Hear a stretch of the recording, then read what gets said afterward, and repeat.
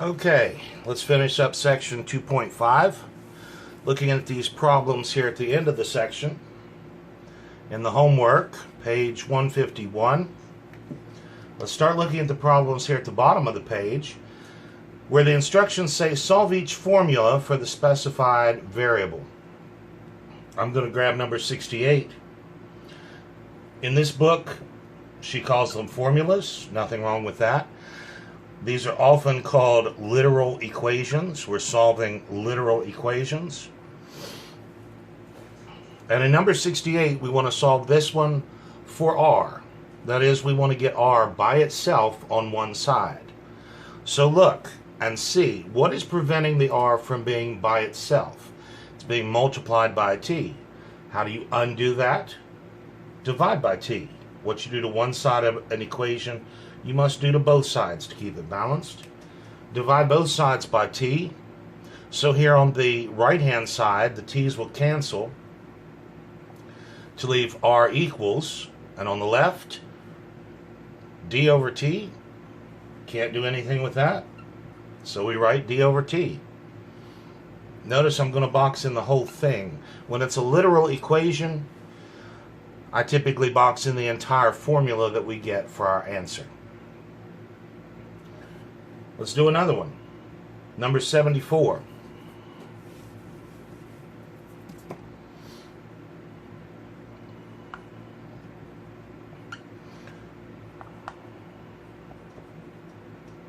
We want to solve this one for w. And you may recognize some of these formulas as we go along.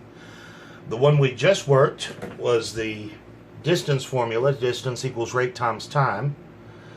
Here in number 74, this is the volume of a rectangular solid, length times width times height. But our interest right now is solving for the specified variable. We want to get w by itself on one side.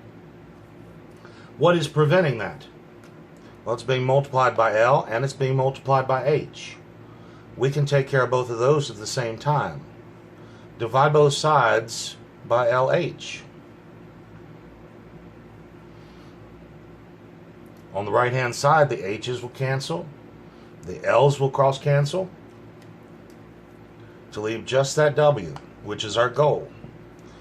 On the left hand side, V over LH, that's it. We can't simplify that any further.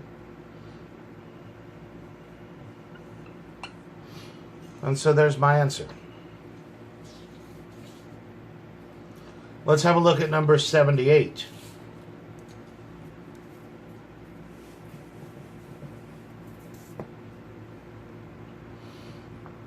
You should recognize this one. The formula for the area of a triangle, given the base and the height. We want to solve this for little b. So our goal, again, is to get little b by itself on one side. Now this equation has a fraction in it. We can use our method for clearing fractions to get this one started. Let's get that 1/2 off of the b to get started. Multiply both sides by 2. Multiply both sides by 2. On the left hand side, that gives me 2a. On the right, the 2 and the 1/2, they cancel to leave bh. Still trying to get little b by itself. It's being multiplied by h. To undo that, we will divide both sides by h. The h's cancel to leave little b by itself, that's good, equals 2a over h. Remember, you cannot change the case of any of these variables. If it's a capital A, it stays a capital A. If it's a lowercase b, it remains a lowercase b. To change the case is to change the variable. And we'd have to take points off for that.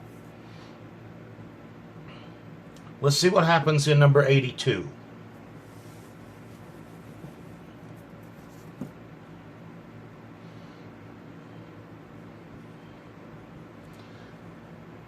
This looks familiar. Our perimeter formula for a triangle. But of course our interest right now, we want to solve this for A. Solve this for A. What prevents A from being by itself? It's having a B added to it and having a C added to it.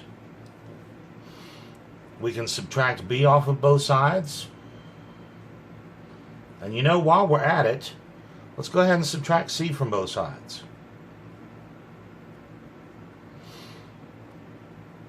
On the right-hand side, the B's subtract out, the C's subtract out to leave just A.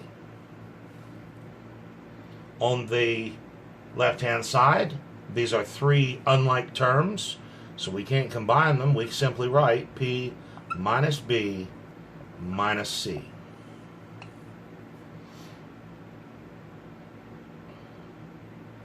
Okay, let's take this up another little notch. Number 86. Our rules for solving equations have not changed. It's just now, instead of numbers, we have extra variables running around. But we need to focus on the one that they asked me to solve for. Everything else we treat as though it were just a number. In number 86, we're solving this for x. This will become a familiar formula to you in chapter 3. This is slope-intercept form of a line. We don't care right now. We just want to solve it for x. We want to try to get x by itself. Okay? Let's take a moment and just look at something like 5 equals 2x plus 11. How would you solve this for x? You would subtract 11 from both sides, and then you would divide both sides by 2. You would subtract 11 from both sides,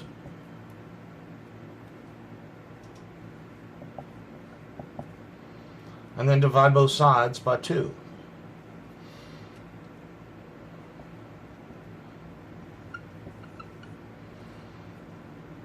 It's mechanically the same as this problem from number 86. Mechanically the same. To get x by itself, we're going to subtract b from both sides, and then we're going to go back and divide both sides by that coefficient m, and that will get x by itself.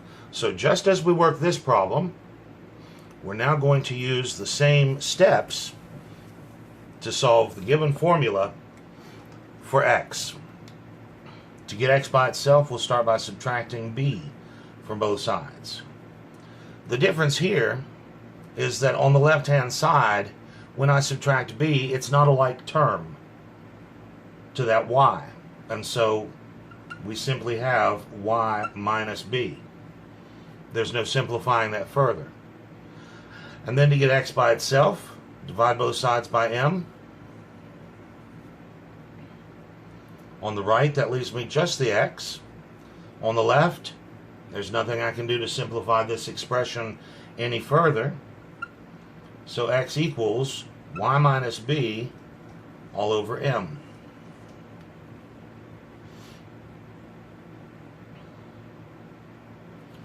Number 88. Number 88. I want you to try number 88. Let's get it written up here. We want to solve this literal equation, or solve this formula. Solve this for x. And I'm going to tell you right now, this is essentially the same as the problem we just worked. Solve this for x. Go ahead and pause, give that a try, and then we'll compare answers.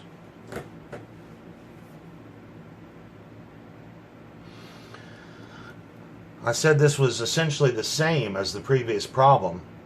We're trying to get x by itself. What's preventing that? It's being multiplied by a. It's having by added to it. In that previous problem, what did we have?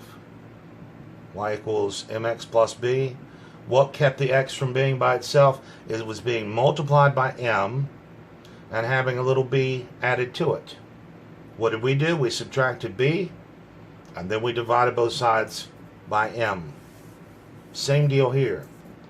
Except realize that this term by, we can think of that just as a single value. In other words, trying to get x by itself, let's subtract this term by from both sides. Did you get off to a good start? The by's subtract out on the left. On the right, we have c minus by. And then finally, divide both sides by big A to find that x is, and there's no simplifying this, so we just write it out.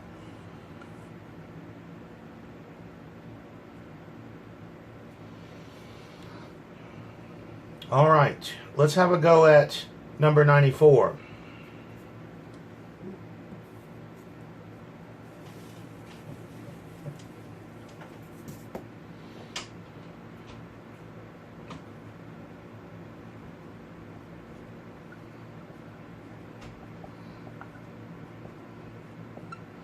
Solving this for c. We want to get c by itself on one side.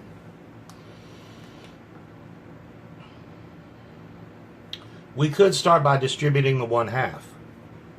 That's not what I'm going to do, but it would be an okay way to start. What I see is a single term on the right-hand side with a fraction out front. Let's clear the fraction. Let's go ahead and just multiply both sides by 2. Multiply both sides by 2. That's going to give me 2s equals 2 times 1/2. Those cancel. 2 times 1/2 is 1. 1 times the rest is the rest.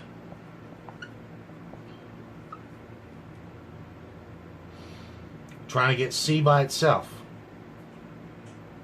We need to get rid of the a and the b. We'll subtract a from both sides, and while we're at it, let's go ahead and subtract b from both sides.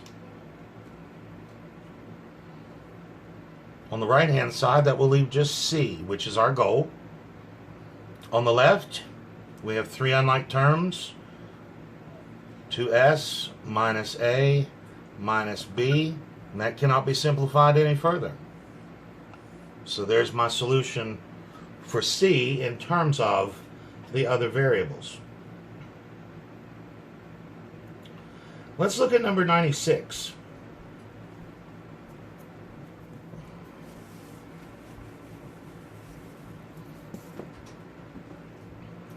In number 96, we've got a fraction.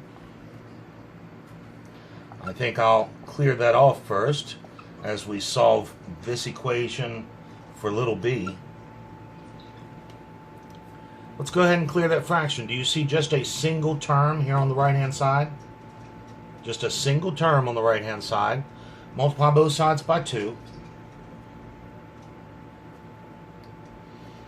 And that's going to give me 2a equals, the 2 and the 1/2, they cancel to leave h times the quantity, b plus big B. Now, typically in these problems, the way our book would do this, we'll want to distribute that h. Distribute the h. Trying to get little b by itself, simplify both sides, distribute the h.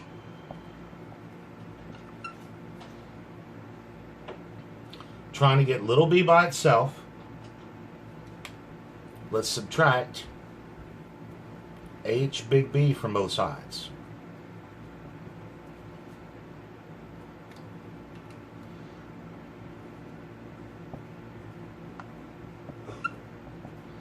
They subtract out here on the right hand side, leaving h little b.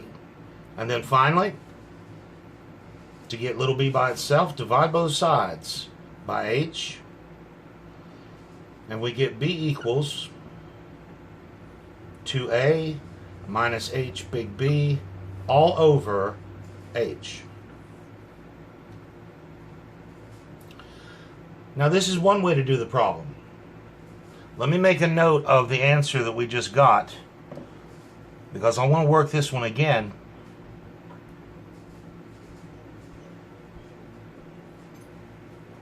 and see if we get the same answer going about it a little different way. So there's the answer we just got. Now let's back this up and do it again. I'm still going to start the same way. I'm still going to multiply both sides by 2 to remove that fraction. But then, trying to get little b by itself, I personally don't see distributing the h next. What I see is what prevents this little b from being alone. It's having a b added to it, and that whole thing is being multiplied by h. If I want to undo those things, divide both sides by h. You can't get to the big B yet, it's under parentheses. So let's strip off that h. Divide both sides by h.